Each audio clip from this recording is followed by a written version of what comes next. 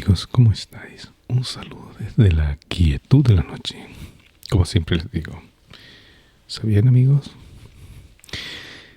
En esta sociedad en que vivimos siempre han existido seres de luz entrañables. Mahatma Gandhi, Sor Teresa de Calcuta, Winston Churchill y hasta más recientes como Bill Cosby, Barack Obama.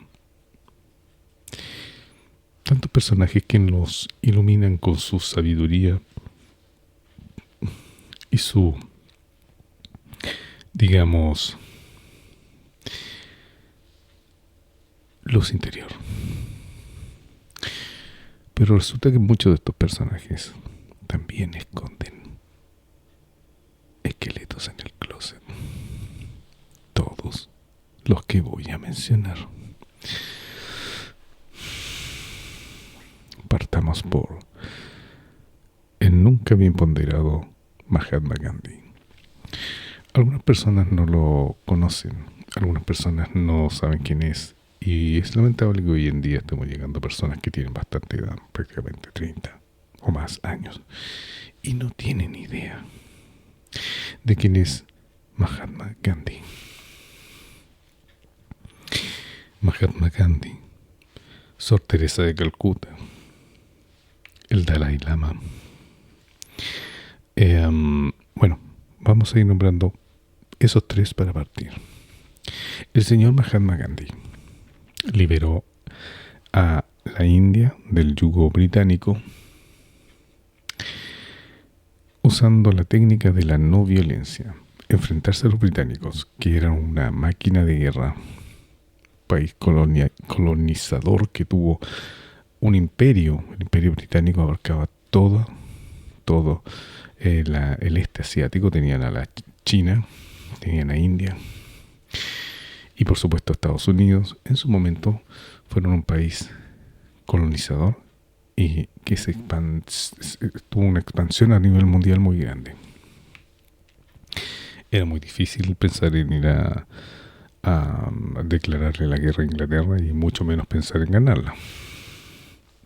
De esto sabemos porque Argentina trató de hacerlo en su momento para recuperar las islas Falkland.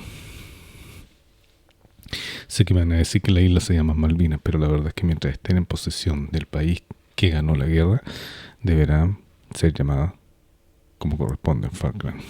Y cuando los argentinos vayan a la guerra o la recuperen por motivos diplomáticos, pero vuelvan a ser suyas, como corresponde el derecho internacional, las llamaremos de otra forma. En fin, Gandhi liberó a la India, como les decía, de Inglaterra, mediante el uso de la no violencia. Este sistema dio buenos resultados. Hubo abusos, hubo derramamiento de sangre, pero no de parte de los indios. Sin disparar una bala y usando el método de la resistencia pacífica, India pudo, se permitió decirle al Imperio Británico que por favor se retirara de sus tierras, y este terminó haciéndolo. Es un relato romántico muy bonito. No creo que haya sido tan blanco y negro como nos lo pintan. Ahora, fue un hecho importante porque Gandhi era ciudadano británico, abogado, y pertenecía a una buena familia que económicamente estaba bastante bien y tenía cierto prestigio social. No pertenecía a la clase de la India que están recolectando basura, esa caricatura de la India que habitualmente vemos por documentales y por redes sociales. Pero él tuvo una muy mala experiencia al tomar un tren en que se le obligó a salir del área, de la sección seguramente que era como primera clase, algo así, para ir donde estaba la gente pobre, solamente porque el conductor del tren lo vio que era indio, pero no respetó el hecho que era un abogado y que era ciudadano británico. Entonces, luego en Gandhi vino un gran resentimiento y él dijo hay que liberar a la India de los ingleses. El resultado terminó en que India se liberó de Gran Bretaña y empezó a vivir una vida independiente, con bastantes hechos cuestionables, por decirlo de alguna forma. Pero bueno, no vamos a hablar de ese tema, estamos hablando de Gandhi. Mahatma Gandhi. Fue llamado así, Mahatma Gandhi, porque se vestía a la usanza de la India y nunca más usó ropa occidental. Y fue un personaje muy mediático que ocupó el imaginario colectivo social del mundo por mucho tiempo. Hoy en día ya ha caído un poquito en el olvido. Era muy común que uno encontraba en paredes pósters que decían algo así como: la lucha, el camino de la vida es solamente sostenible mediante el amor y la lucha por tus ideales, y firmado abajo por, no sé, Mahatma Gandhi. Y una foto de Gandhi con el pañal, o sea, un pañal y un rosario en la mano, pero un rosario indio. Y uno decía: wow, ese tipo tiene que ser una luminaria, un tipo perfecto a nivel personal, a nivel de sus ideales, un hombre que irradiaba luz de sabiduría. Pero adivinen qué. Exacto, adivinaron. ¿Y qué adivinaron? Que el señor Gandhi escondía algunos esqueletos en su armario. ¿Cómo lo hallaron? Bueno, resulta que Gandhi, aparte de ser un gran luchador por la libertad de la India, también se daba algunos gustitos o se permitía algunas libertades que estaban como un poquito en confrontación con la imagen que él deseaba proyectar como un ser impoluto ante los ojos de la sociedad. Gandhi obligaba a su sobrina menor de edad, de aproximadamente unos 12-13 años, a dormir desnuda con él, donde él también estaba desnudo. ¿Por qué hacía esto? Curiosamente, para Occidente decían: bueno, esto debe ser una costumbre cultural de la India, así que ¿por qué tendríamos que criticarlo? Pero no correspondía a ninguna costumbre cultural india.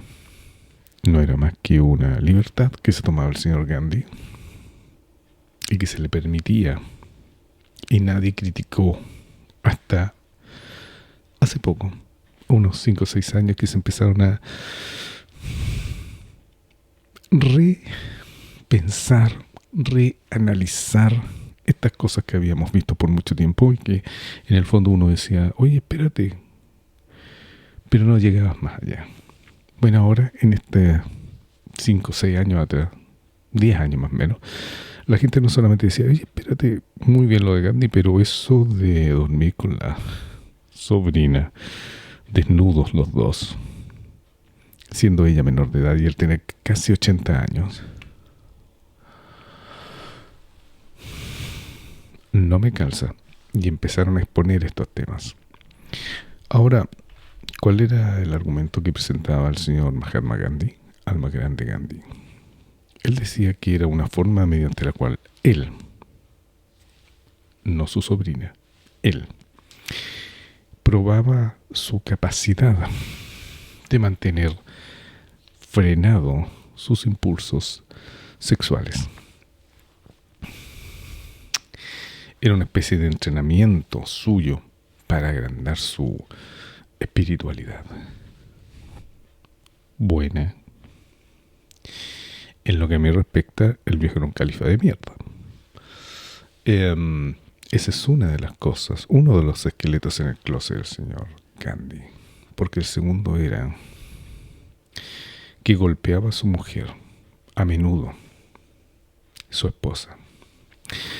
La violencia de género doméstica para el señor Gandhi era una cosa del día a día, como prepararse una taza de té o como ir al supermercado. Tantos abusos físicos en contra de su esposa que en una ocasión le rompió la nariz, desfigurándole el rostro.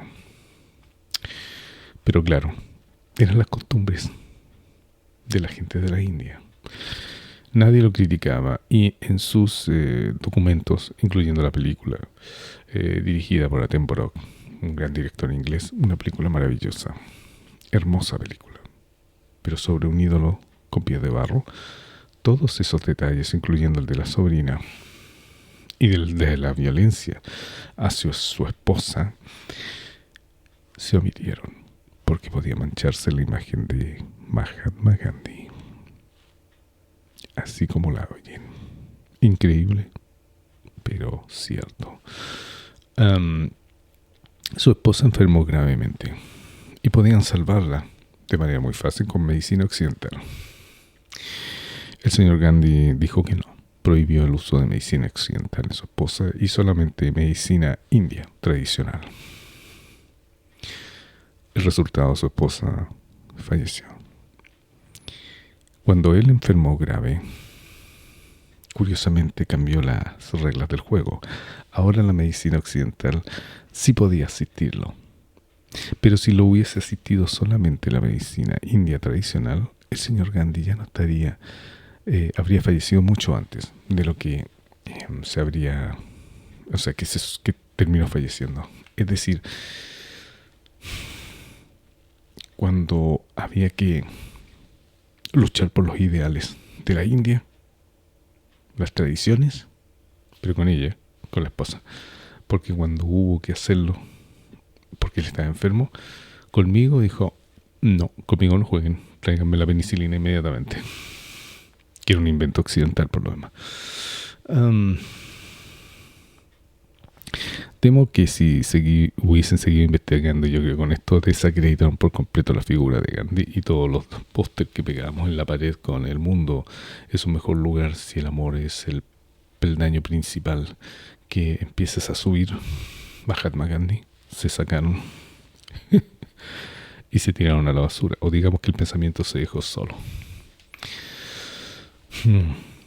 Saquemos del lado a Mahatma Gandhi. Una cosa decir de él, después de que Inglaterra abandonó la India. Inglaterra con todos sus errores, la India funcionaba como un reloj. Tenía un excelente estándar de vida. La gente podía estudiar. No tenía los mismos derechos sociales que los ciudadanos británicos. Pero según fuera pasando el tiempo, creo que los habrían logrado. Después que los británicos se retiraron de la India fue un caos, un salvajismo, una lucha de clases, de tribus, donde la muerte, donde la destrucción, donde el salvajismo más espantoso no pudo jamás ser detenido por Gandhi y ninguna de las personas que se quedaron a gobernar India. Esa parte de la historia tampoco la cuentan. ¿Por qué liberar a la India? ¿Por egoísmos personales de Gandhi? ¿Porque Gandhi se sintió mal de que lo echaron de un tren porque estaba en primera clase y lo pasaron a la clase pobre? Cuando la India, con todos sus bemoles, estando los británicos, era una sociedad bastante estable. Vuelvo a repetir, había ciudadanos de primera y segunda clase. Pero la India de hoy en día no tiene ciudadanos de primera y segunda clase. Tiene de primera, segunda, tercera, cuarta y quinta, incluyendo los parias. Hoy día, en el 2026. Por eso me pregunto si no era mejor que se hubiesen quedado los ingleses en la India. Una pregunta que me sigo haciendo al día de hoy. Y en tal caso, todo ese muerte, sufrimiento y destrucción de la India, de cambio de paradigmas sociales y todo el caos que se generó, porque un hombre tuvo una visión, una India libre.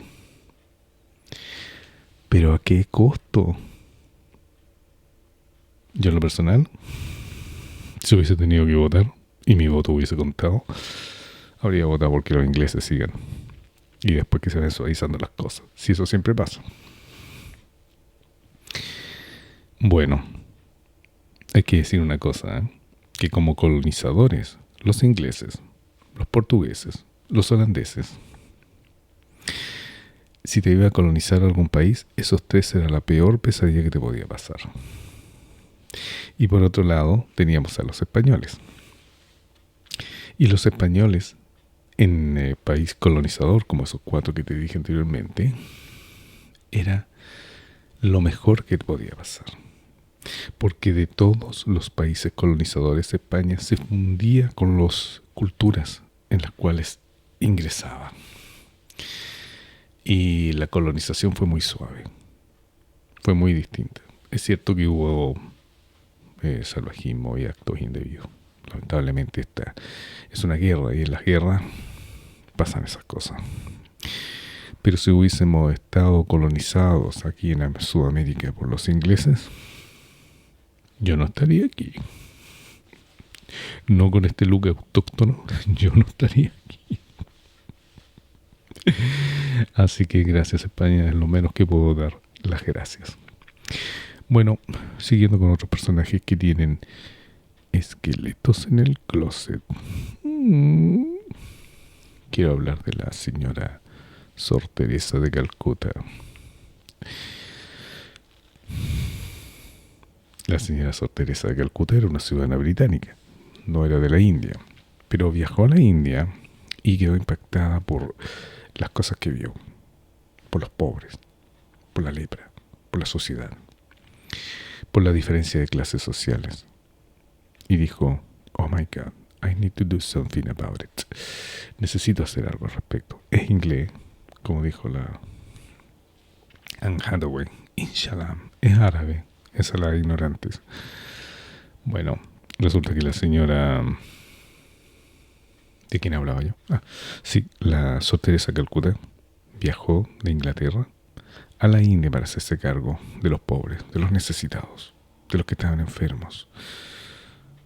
Y bueno, mediante donaciones, con el auspicio de Inglaterra y donaciones a nivel mundial, montó fundaciones, hospitales, en donde recibía enfermos, gente que estaba muy mal en la India, por la falta de medicina, por la falta de aseo, por la falta de buenas condiciones, y ella los acogió. En la bondad de su seno materno, una mujer devota, católica, para darles un mejor estatus de vida, o para algunos lo que les quedaba de vida. Hermoso, ¿verdad? Porque ¿qué tenía que hacer ella con este tipo de... Es decir, una mujer joven cuando ella fue para allá? No era esa abuelita como quien daba los huesos que después nos vendieron acá, o sea, nos mostraban en la prensa o en televisión o en los noticieros. No, era una mujer joven. Era una mujer joven que tomó la decisión de viajar a la India para llevar a cabo esta noble e increíblemente hermosa tarea. Pero la señora Sor Teresa de Calcuta, la madre Sor Teresa de Calcuta, tenía un esqueleto en su armario. Mire, tenía una personalidad bastante extraña la señora, por decirlo menos. Muy lejana de todos los paradigmas sociales que vinieron después, en que la colocábamos en un altar por su bondad. Parece que la señora tenía muchas cosas, cualidades o defectos, pero una cualidad que no tenía era precisamente por la que todos la adoraban: la bondad.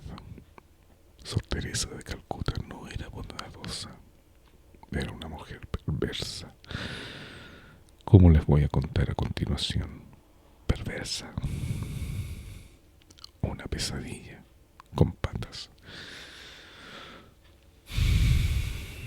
Resulta que todo el mundo le enviaba ayudas a la señora Sor Teresa de Calcuta. Muchas cosas no eran de dinero, porque ¿qué haces en la India con dinero? No, eran cosas como construirle fundaciones, hospitales, llevarle camas, aire acondicionado, calefacción, según se requiriera, espacios de aseo, todo tipo de materiales para la parte de ¿cómo se llama?, de tratamientos médicos, material quirúrgico, y una batería de personas que a ella la asistían, que muchas eran indias, otras eran inglesas, americanas, y gente que iba de voluntariado, médicos, enfermeros, que la asistían.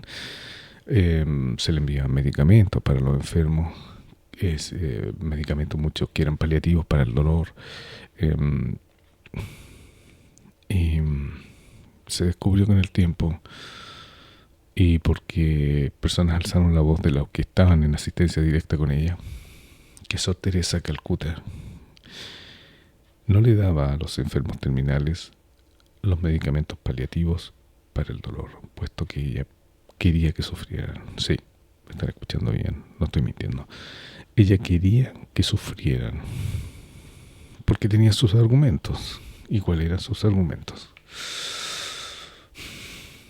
Que el sufrimiento, el dolor, era una forma de expiar los pecados de esas personas y una forma de purgar sus vidas, espiritualmente hablando me refiero, para poder acercarse a Dios, porque según ella Dios veía con buenos ojos el sufrimiento de estas personas para que pudieran ingresar al reino de los cielos.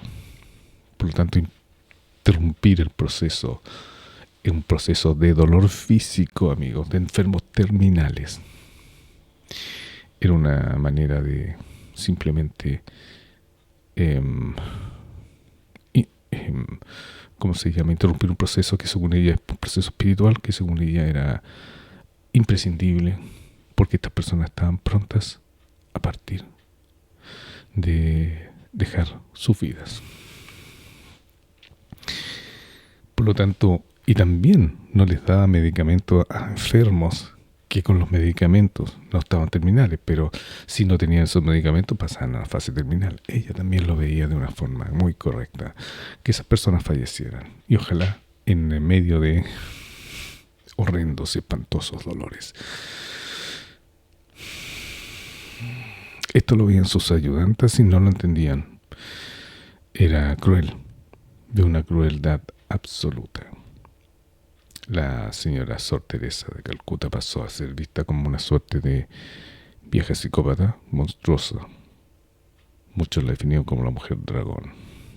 Y su imagen de mujer santa, de mujer impoluta ante la sociedad, pasó a ser vista como un personaje detestable. Y la peor pesadilla ante la cual podías caer si estabas enfermo en la India y era ciudadano indio, porque seguramente esto es algo que no hizo con ningún ciudadano británico.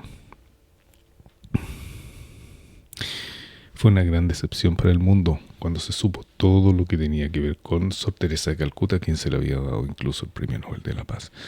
Y esto se supo después de su muerte.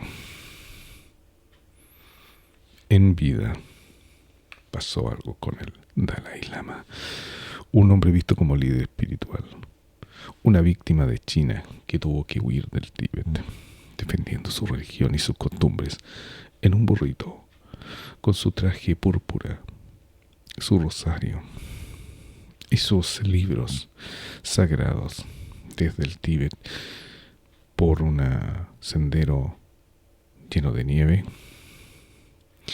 peligroso, con un conjunto de acólitos, todos los cuales pudieron haber muerto por se resfala el burrito por el despeñadero del Tíbet.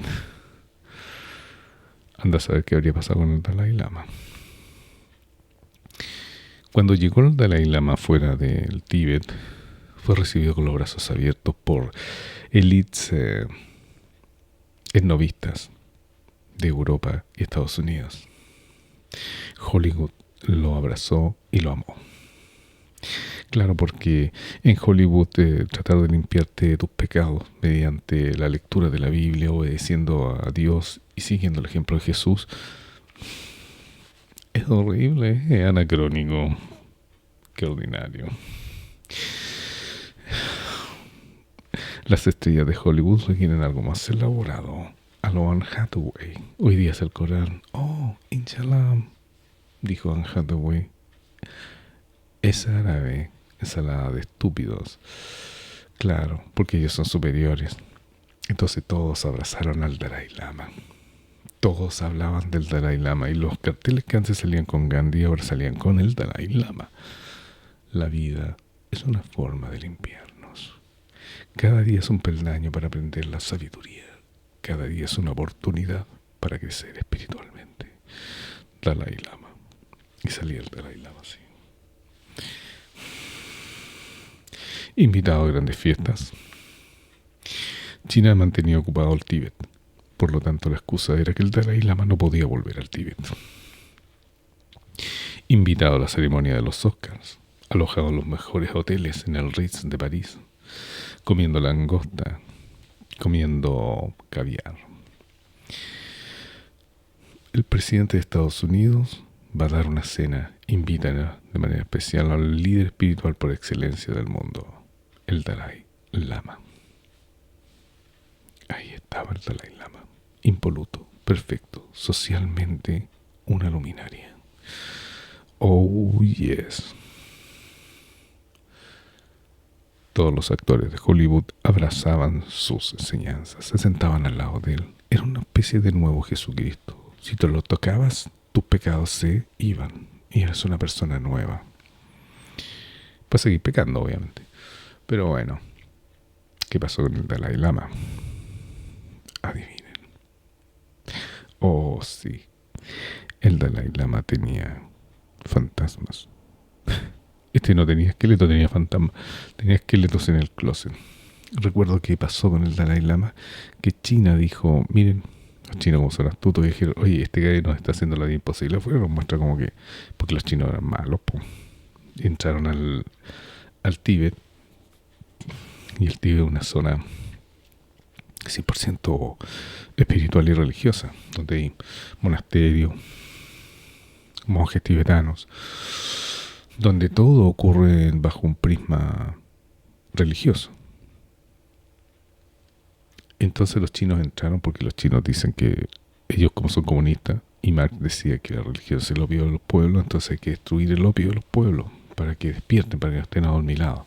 Entonces ellos decidieron romper el centro religioso por excelencia que estaba en el Tíbet de China, y mandaron tropas. No sé si deben haber matado a los monjes tibetanos. Instalaron burdeles como una forma de menospreciarlos, de agraviarlos, de destruirlos, de destruir al Tíbet. Y por eso ocurrió por mucho tiempo, décadas. Mientras tanto, el Dalai Lama juntaba fuerzas espirituales, comiendo caviar y langosta, en el Hotel Ritz, para volver al Tíbet. Sí, ese era su gran... Por eso se presentaban los espectáculos en la premiación de los Oscars, en la premiación de tal cosa, en el show de John Letterman.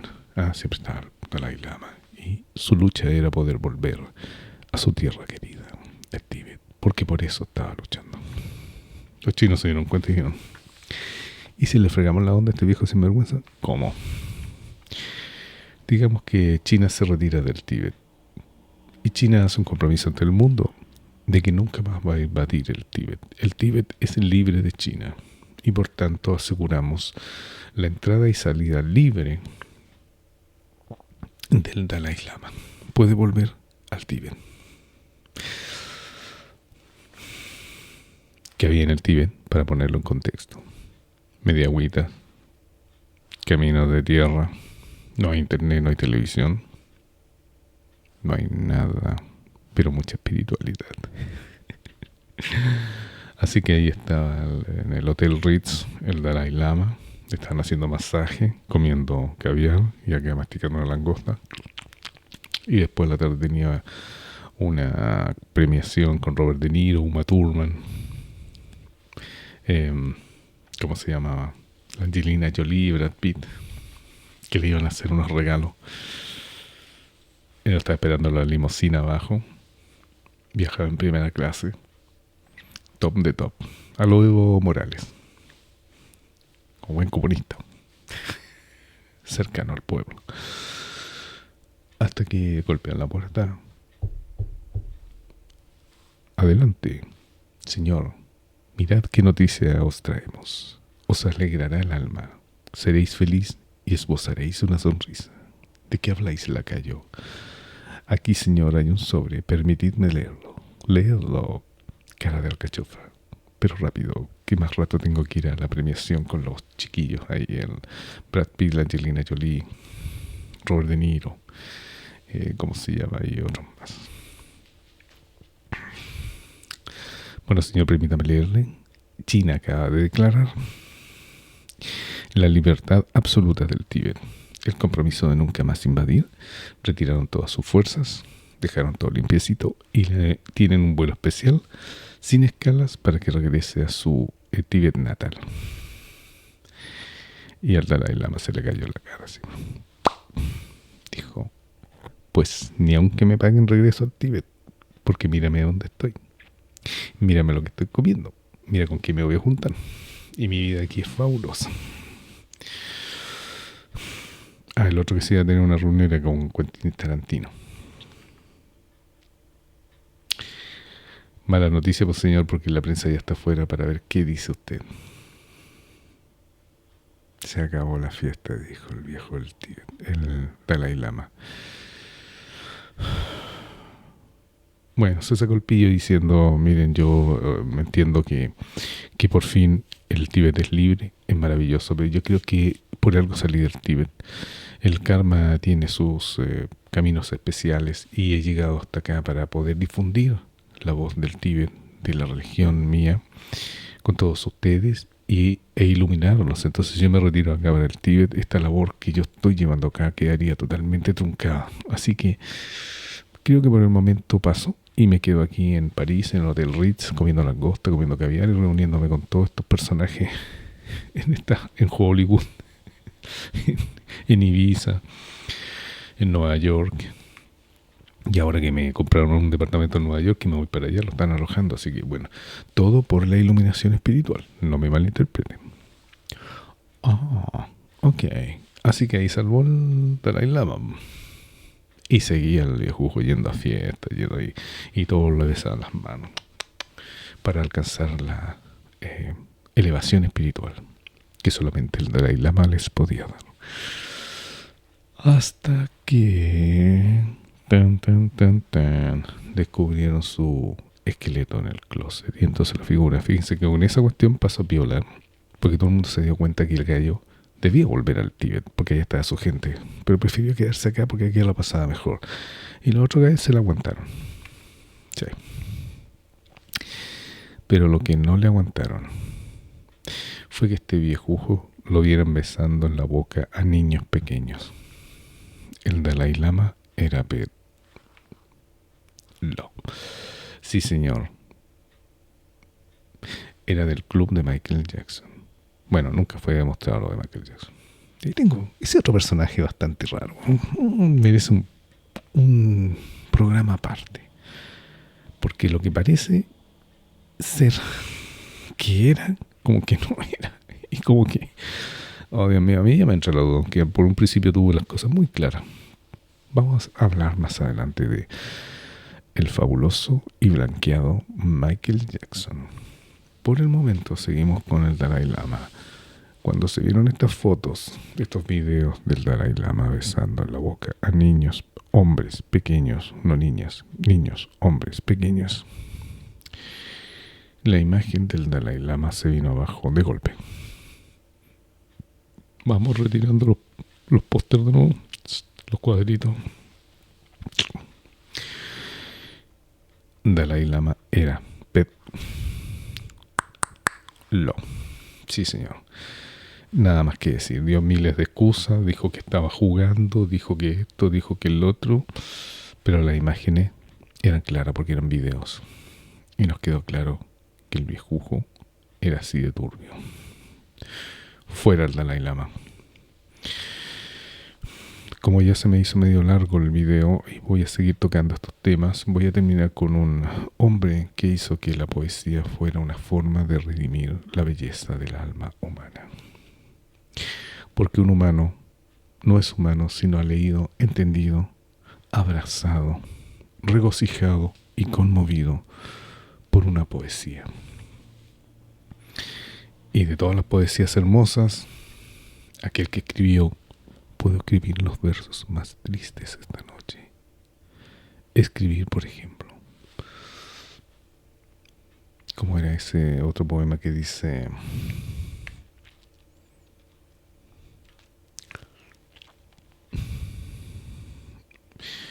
Se me fue de la cabeza ese que decía: ya no la amo, pero una vez la amé. Oh, qué bonito ese poema. Permítanme, lo voy a buscar. Poema 15 me parece que era. Ahí sale yo de nuevo. ¿Cómo se llama? Poeta chileno. Neruda. Poemas famosos. Me dieron ganas de leerlos. Eran tan lindos los poemas. Y curiosamente, como